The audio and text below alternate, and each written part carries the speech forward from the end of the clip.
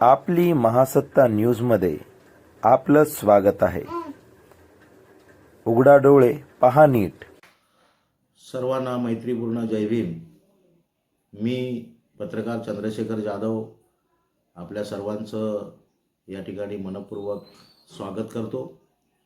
आज आपल्या सर्वांना माहीत आहे की जागतिक पंचशील ध्वज दिन म्हणून संपूर्ण जगामध्ये आज उत्साहाच्या वातावरणामध्ये हा दिवस साजरा करण्यात येतो.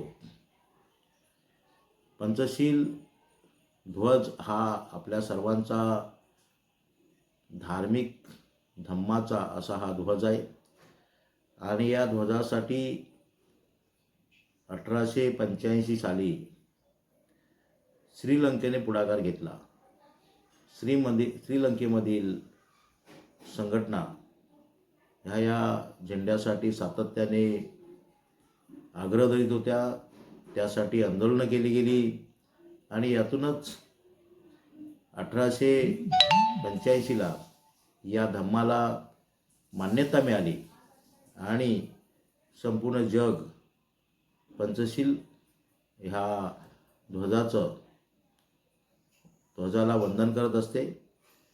आज या ठिकाणी मी सांगू इच्छितो की या ध्वजामध्ये पंचशील म्हणजे 5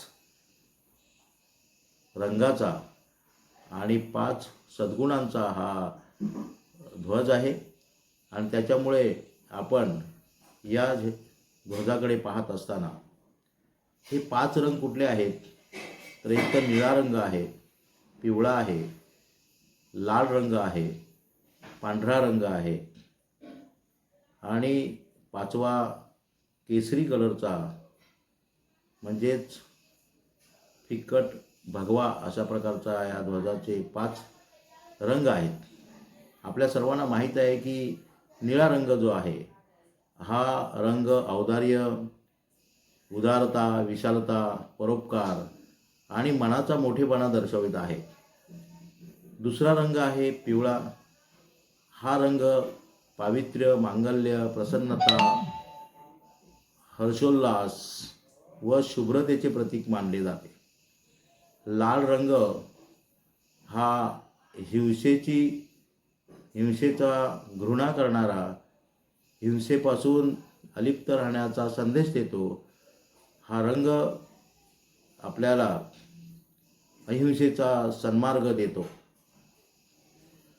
पांढरा रंग हा संपूर्ण विश्वाला शांती, समता, बंधुता आणि न्याय याचं समर्थन करतो आणि हा रंग शुद्धता, पवित्रता आणि उच्च कोटीच्या शीलवंत चारित्र्याचं प्रतीक म्हणून आपण मानत असतो. त्यानंतर केसरी रंग. केसरी रंग हा रंग भ्रांती मिटवून सदैव स्मृती जागृत ठेवतो.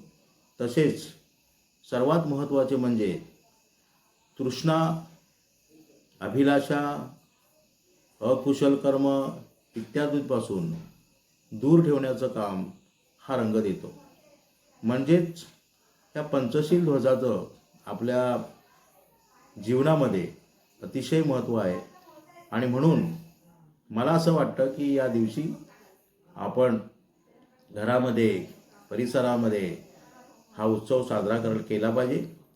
आणि मला तरी असं वाटतं की आपण प्रत्येक घरांमध्ये आपल्या जिथे घर आहे, आपण जिथे राहतो तिथे हा पंचशील झेंडा आपण फडकवला पाहिजे, जेणेकरून आपल्या धम्मामध्ये आपण आहोत आणि आपल्या धर्माची जी काय महानता आहे ही दर्शवणारा हा धर्मध्वज असल्यामुळे आपण सर्वांनी या वर्षापासून प्रत्येकाच्या घरी हा धम्मध्वज फडकवावा अशा प्रकारची मला असं वाटतं.